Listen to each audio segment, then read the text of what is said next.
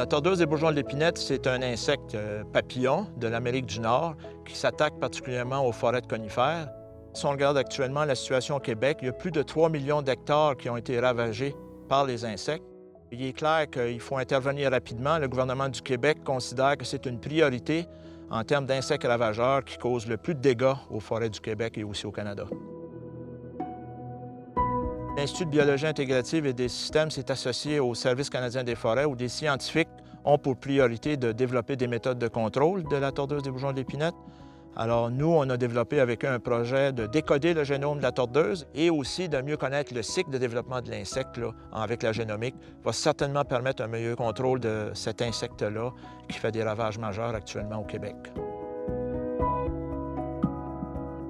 Le but de la génomique est de décoder les gènes qui sont dans les 30 chromosomes qu'on a identifiés chez la tordeuse des bourgeons de l'épinette.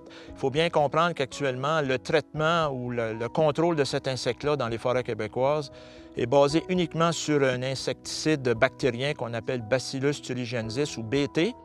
Et on remarque très rapidement, depuis quelques années, le développement de la résistance à ce traitement-là. Donc, il faut arriver avec d'autres méthodes et d'autres approches basées sur la génomique pour mieux contrôler cet insecte-là. On peut calculer dans les prochaines années qu'on va avoir des dépenses jusqu'à 500 millions de frais si on ne trouve pas d'autres méthodes de contrôle de cet insecte-là.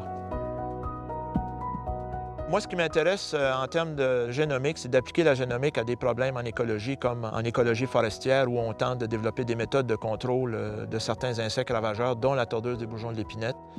C'est aussi d'intégrer ces connaissances-là avec la santé humaine, parce qu'on sait que l'écologie des forêts est très reliée avec la santé humaine.